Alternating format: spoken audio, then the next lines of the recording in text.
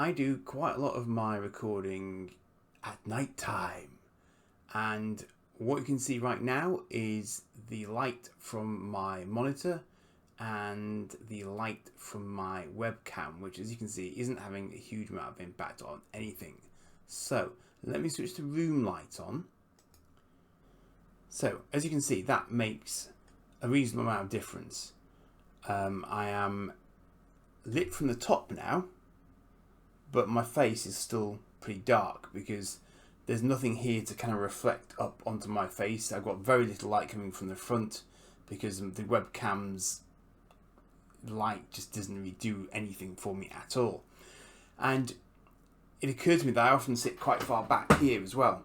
So the further back I go, the more shade is sort of hitting my face. And I thought, this isn't going to do, because if I'm going to be on live streams like the Cosmic Council, this isn't going to work really. You know, I need to enhance this somehow. So I watched a few videos, did a little bit of browsing, and I got 2 lights off Amazon because I was conscious that a lot of these setups need 3 lights. So let me switch one on and you can see the difference that makes. And I'm still playing with these. There's this little experimentation going on, but this is the first one. This is an LED soft light panel. So immediately you can see, bang, it's very, very different. This is what this one looks like. This is going to be quite bright. So that is on 36% brightness, 3300K light setting, but it's all adjustable. There's dials on the back there, tells you how much battery you've got left. It's quite useful like that. And I've got that actually beneath me at the moment. Ideally, I should probably have it up higher, but I don't have a strong enough tripod, and I don't trust my monitor to support the weight of it because it's fairly chunky, that one. So I've just got it on a little tripod aimed roughly towards me. Now, I actually think that works quite well. I like the fact that it's battery powered because it just means I don't have to worry about being near a USB port for it. Basically, I can just put it wherever I need to put it, which is easy. Now, on top of that, I've also got this, this is really bright. So that is, it's just a sort of, it's like it's intended to go on the top of a laptop. Now it does get quite hot, and this is a really small room, so I'm not actually that keen on it, but it does mean that I have light source coming from this side and a light source coming from this side, so I'm getting 2 sort of, if you like, key lights in effect, although you actually only need 1, and my light above. So if you compare this with how I started out the video, you know, this is a lot more lighting for not a lot more money, actually, which is just as well this month as it turned out. But it does indicate what you can do. When I've been doing videos for my retro toys, I've actually used a very, very small shoe-mounted light on top of the sort of camera rig. But I'm actually planning to use this bigger soft light one if the tripod will take it, because it's basically the same principle, but it's a much wider area of light, and I can change in fairness, it will change its light colouring as well. But obviously, this is a much bigger area than the one that I'm currently using, so I'm hoping that might give me more of a light fill than is currently the case. So we'll see how that works out over time, obviously. But I know you can go way beyond this as a concept as well. You can have these really big sort of light boxes that are more like sort of traditional spotlights. You can also obviously get the big sort of, you know, kind of umbrella-y reflectory things. But the thing is, this room is tiny. This is what the British refer to as a box room. You Americans would probably refer to it as, I don't know, a small wardrobe. I don't know, but you know, this is a tiny room, so I don't need a huge amount of light. But what I do need is to be able to film at night time in here, because that is generally the time that I have to film.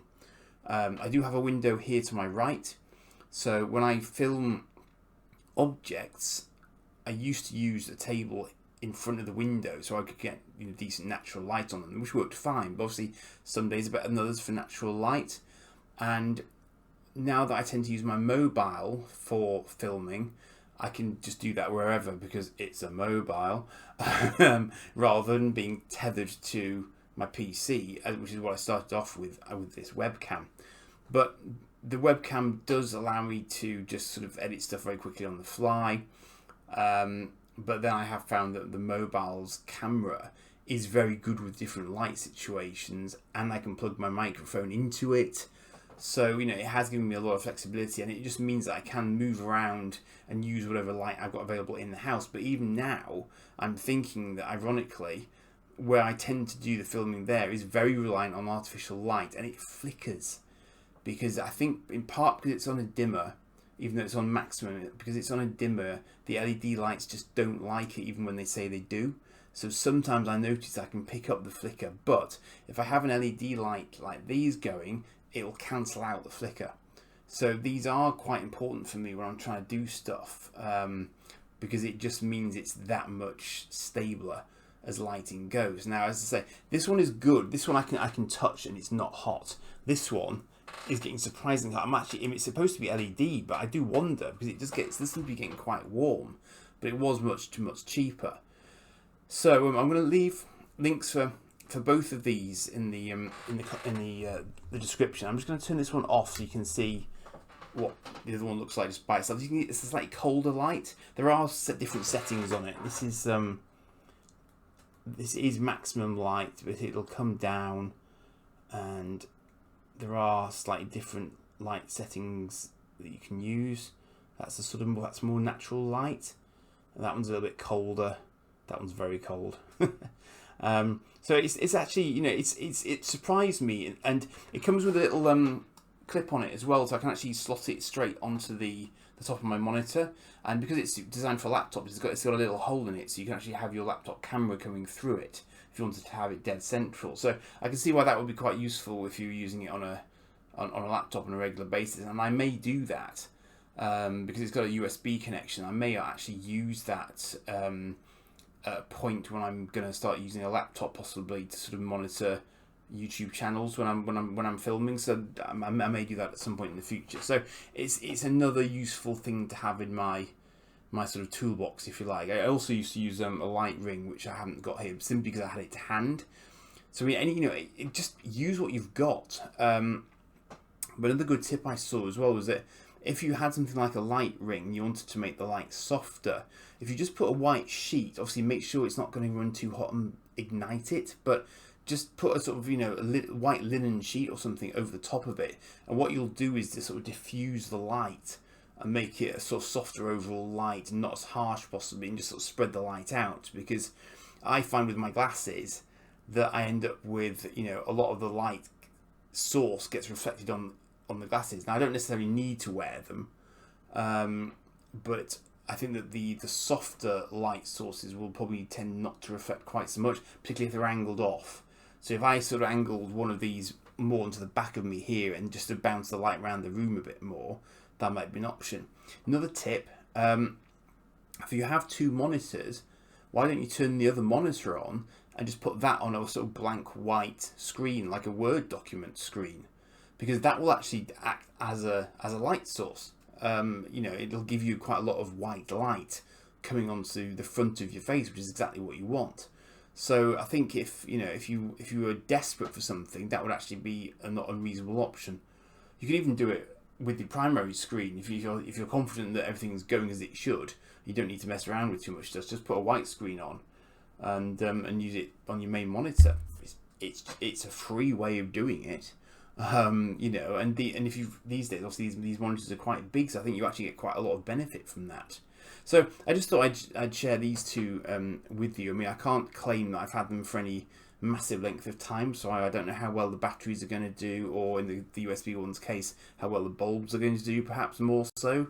It might be more dependent on that, but I'm going to switch this one back on again just so you can see the difference again.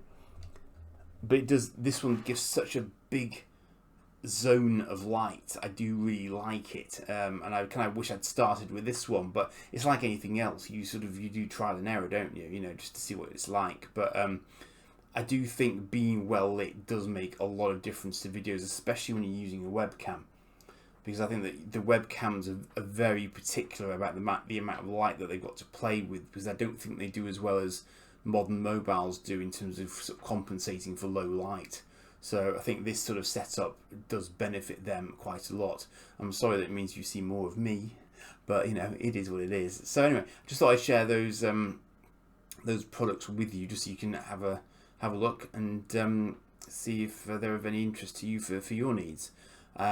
I will definitely try this soft light. I think it's a Relino light.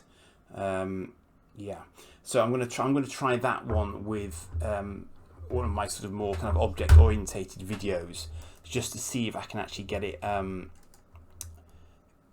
to sort of give me a more even light for those sorts of videos as well, because that would be quite useful for me. So I'll let you know how I get on with that one the next time I come to do one of those. Cheers for now.